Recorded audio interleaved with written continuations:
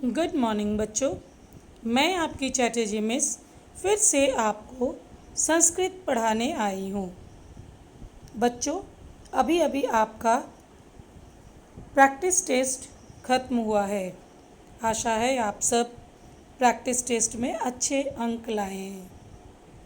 ये टेस्ट आपके लिए बहुत ज़रूरी है क्योंकि हो सकता है आगे चलकर पीरियोडिक टेस्ट भी आपका इसी तरह ऑनलाइन हो। उस समय आपको परेशानी न हो, इसलिए प्रैक्टिस टेस्ट दिया गया था। बच्चों, पता नहीं स्कूल कब खुलेगा, कब आप स्कूल जा पाएंगे। इसलिए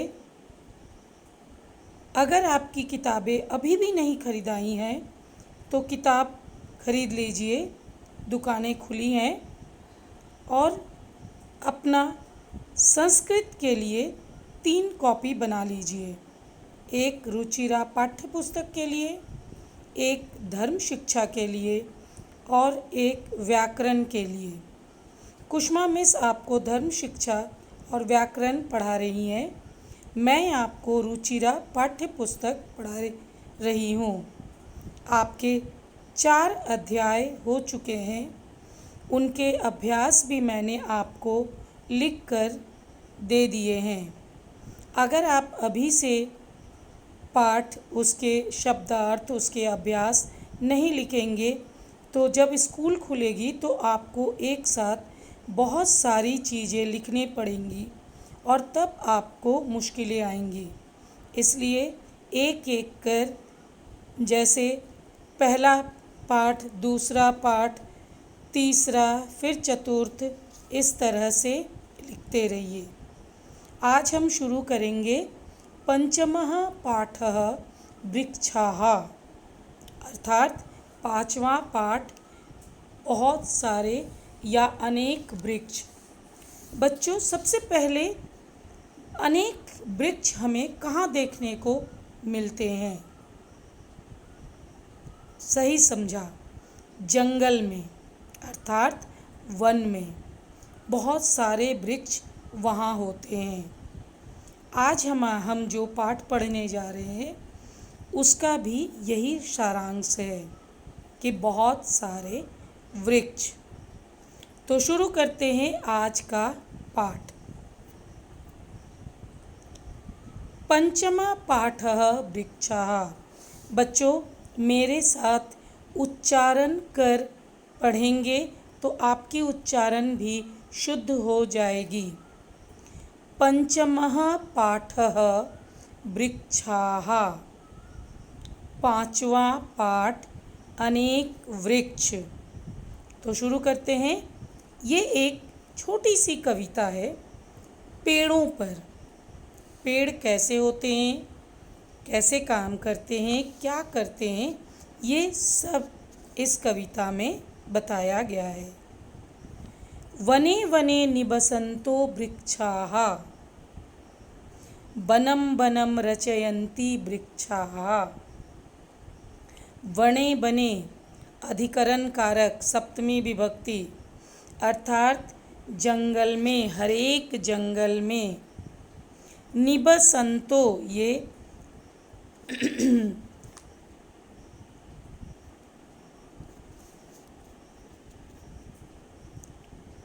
निबसन्तो अर्थात रहने वाले, वृक्षाः अनेक पेड़। तो हरेक जंगल में हरेक पेड़, बहुत सारे पेड़ रहते हैं। वनं वनं रचयन्ति वृक्षाः, अर्थात यही पेड़ जंगल की रचना करते हैं, अर्थात जंगल बनाते हैं। रचयन्ति अर्थात रचना करते हैं। कौन? तो वृक्षाः। शाखादोलासीना विहगाः। शाखादोलासीना, शाखा मतलब डाली, दोला मतलब झूला, और आसीना उस पर बैठे हैं। कौन?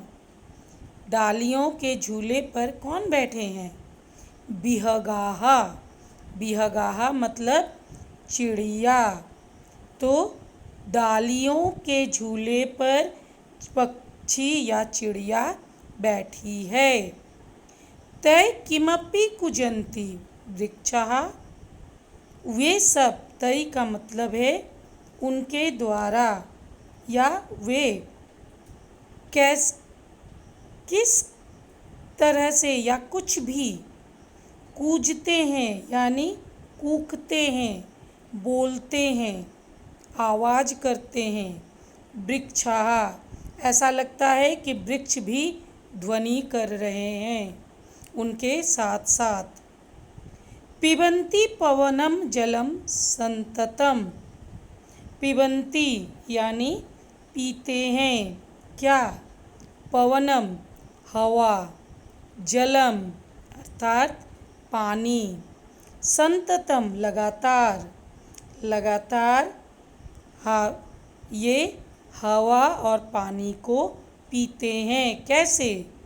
साधु जना इव सर्वे वृक्षाः। जैसे तपस्वी लोग रहते हैं उसी तरह ये सब हवा और पानी पीते हैं। ये पेड़ साधुओं की तरह है।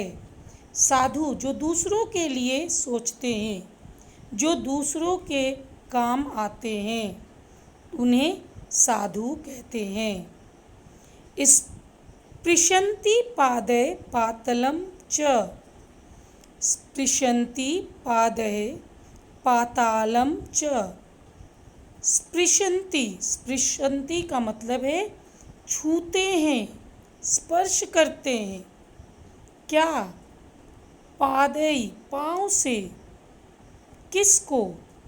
पाताल को। तो पेड़ों के पाँव कौन है? पेड़ों के पाँव उनके जड़ हैं। अपने जड़ों से वृक्ष पाताल को छूते हैं। नभः शिरस्सु वहन्ति वृक्षाः। और आकाश को शिरस्सु अपने सिर पर, वहन्ति वृक्षा अपने सिर पर ढोते हैं। ऐसा लगता है जैसे वो अपने पाँव से पाताल को छू रहे हैं, अर्थात अपने जड़ों से पाताल को छू रहे हैं और अपने सिर पर आसमान को ढोते हैं। पयोदर्पणे स्वप्रतिबिम्बं कौतुकेन पश्यन्ति वृक्षाः। पयोदर्पणे, दर्पणे अर्थात जो पानी है उस आईने में, पयो मतलब पानी, दर्पणे आईने में, स्वप्रतिबिम्बम अपनी छाया। आप पानी के पास जाते हैं तो आपकी छाया पानी में दिखती है ना, आपका चेहरा पानी में दिखता है। वैसे ही वृक्ष भी पानी के आईने में अपनी छाया देखते हैं। कौतुकेन पश्यन्ति वृक्षा, आश्चर्य से देखते हैं। ये पेड़ हैरानी से देखते हैं, उन्हें समझ में नहीं आता कि कैसे उनकी छाया पानी में दिखाई पड़ रही है। प्रसार्य स्वछायायां सस्तरणं कुर्वन्ति सत्कारं वृक्षाः। प्रसार्य मतलब फैलाकर। क्या फैलाकर? स्वछाया संस्तरणम अपनी छाया को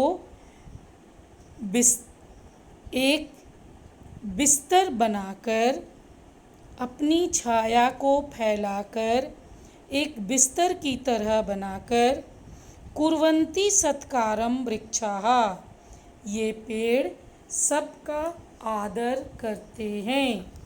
तो देखिए बच्चों, पेड़ कितने अच्छे हैं, वन बनाते हैं, उनके डालियों पर चिड़िया झूलती है, गाती हैं, एकदम साधु की तरह हैं, केवल हवा और पानी पीते हैं। उनकी जड़ें बहुत मजबूत है क्योंकि पाताल तक पहुंच गई है। वो आसमान को सिर पर उठाकर रखी हैं। पानी में जो अपनी छाया होती है उसे देखकर वो हैरान होते हैं और अपनी छाया को एक बिस्तर की तरह फैलाकर वो सबका आदर करते हैं। तो ये था कविता। अब आते हैं शब्दार्थ। वने बने, प्रत्येक वन में, निवसन्तः रहते हुए, रहने वाले, रचयन्ति रचते हैं, बनाते हैं, शाखा डालियाँ टहनियाँ, दोला झूला, आसीनाः बैठे हुए, विहगाः पक्षिगण, किमपि कुछ भी, कुजन्ति कूकते हैं या कूकती हैं, संततम निरंतर या लगातार, साधु जनाः तपस्वी लोग या सज्जन, इव की तरह, पिबन्ति पीते हैं, स्पृशन्ति स्पर्श करते हैं, नभः आकाश को, शिरस्सु सिर पर, वहन्ति ढोते हैं, पयो दर्पणे जल रूपी दर्पण या आईने में, स्वप्रतिबिंबम अपने प्रतिबिंब को, पश्यन्ति देखते हैं, कौतुकेन आश्चर्य से, प्रसार्य फैलाकर, स्वछायाम सस्तरणम अपनी छाया रूपी विस्तर को, सत्कारम आदर। ये था आज का पाठ और शब्दार्थ। अब देखते हैं आज का गृह कार्य। पाठ को बार बार ध्यान से पढ़ें, शब्दार्थ को लिखकर याद करें। बच्चों, जैसे जैसे हम पढ़ा रहे हैं आप वैसे वैसे आगे बढ़ते चलिए ताकि जब स्कूल खुलेगी तो हमें कोई परेशानी न हो। मिलते हैं अगली कक्षा में।